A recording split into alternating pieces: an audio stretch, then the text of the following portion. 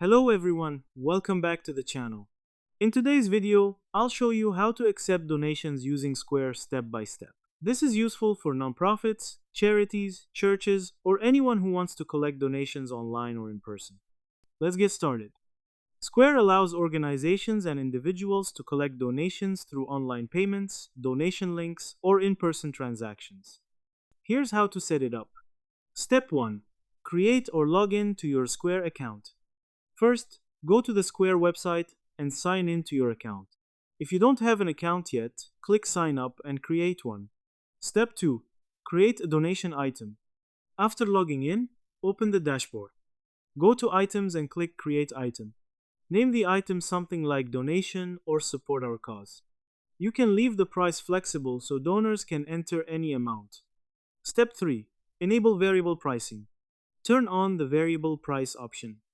This allows people to enter the donation amount they want instead of using a fixed price. Step 4. Create a payment link. Now go to online checkout or payment links in the dashboard. Click Create Payment Link and select the donation item you created. Square will generate a link that people can use to donate. Step 5. Share the donation link.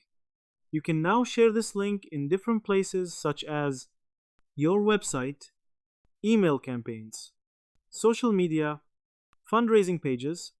Anyone who opens the link can enter a donation amount and pay securely. Step 6. Accept in-person donations.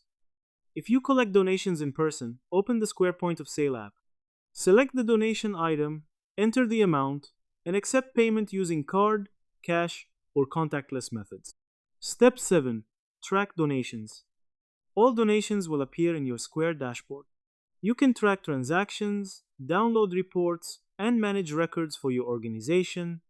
Important tip: if you're a nonprofit organization, check if you qualify for discounted processing fees through Square's nonprofit programs. And that's it. That's how you accept donations on Square step by step, even if you're a complete beginner. If this video helped you, make sure to like the video and subscribe for more simple and practical business and software tutorials. Thanks for watching, and I'll see you in the next video.